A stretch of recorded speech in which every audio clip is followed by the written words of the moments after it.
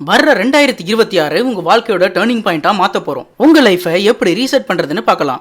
Step 1, கடந்த காலத்தை கழித்தல். Audit your 2025. முதல்ல ஒரு பேப்பர் பேனா எடுங்க. 2025ல உங்களுக்கு எது செட் ஆகல, எந்த பழக்கம் உங்களை பின்னாடி இழுக்குது, அதிகமா சோசியல் மீடியா யூஸ் பண்றதா, இல்ல தப்பான நண்பர்களா, இல்ல வேறு ஏதாவது காரணமா, அந்த காரணத்தை நீங்களே கண்டுபிடிச்சு எழுதுங்க. எதை விடணும்னு தெரிஞ்சாதான் எதை பிடிக்கணும்னு தெரியும். Step 2, digital டெடாக்ஸ். 2026ல உங்க ஃபோன் உங்களை கண்ட்ரோல் பண்ணக்கூடாது. நீங்க தான் உங்க ஃபோனை கண்ட்ரோல் பண்ணணும். தேவையில்லாத நோட்டிஃபிகேஷனை ஆஃப் பண்ணுங்க. தூங்குறதுக்கு முன்னாடி 1 மணி நேரத்துக்கு முன்னாடியே ஃபோனை தொடாதீங்க. இந்த சின்ன மாற்றம் உங்க லைஃப்ல பெரிய ஃபோக்கஸை கொண்டு வரும். ஸ்டெப் 3, ஆரோக்கியமான உணவு மற்றும் மனநிலை. Health and mind set. நம்ம உடம்பு சரியா இருந்தாதான் மனசு உற்சாகமா இருக்கும். முடிஞ்ச வரைக்கும் ஹோட்டல் சாப்பாட்டை தவிர்த்து வீட்டு சாப்பாட்டுக்கு மாறுங்க.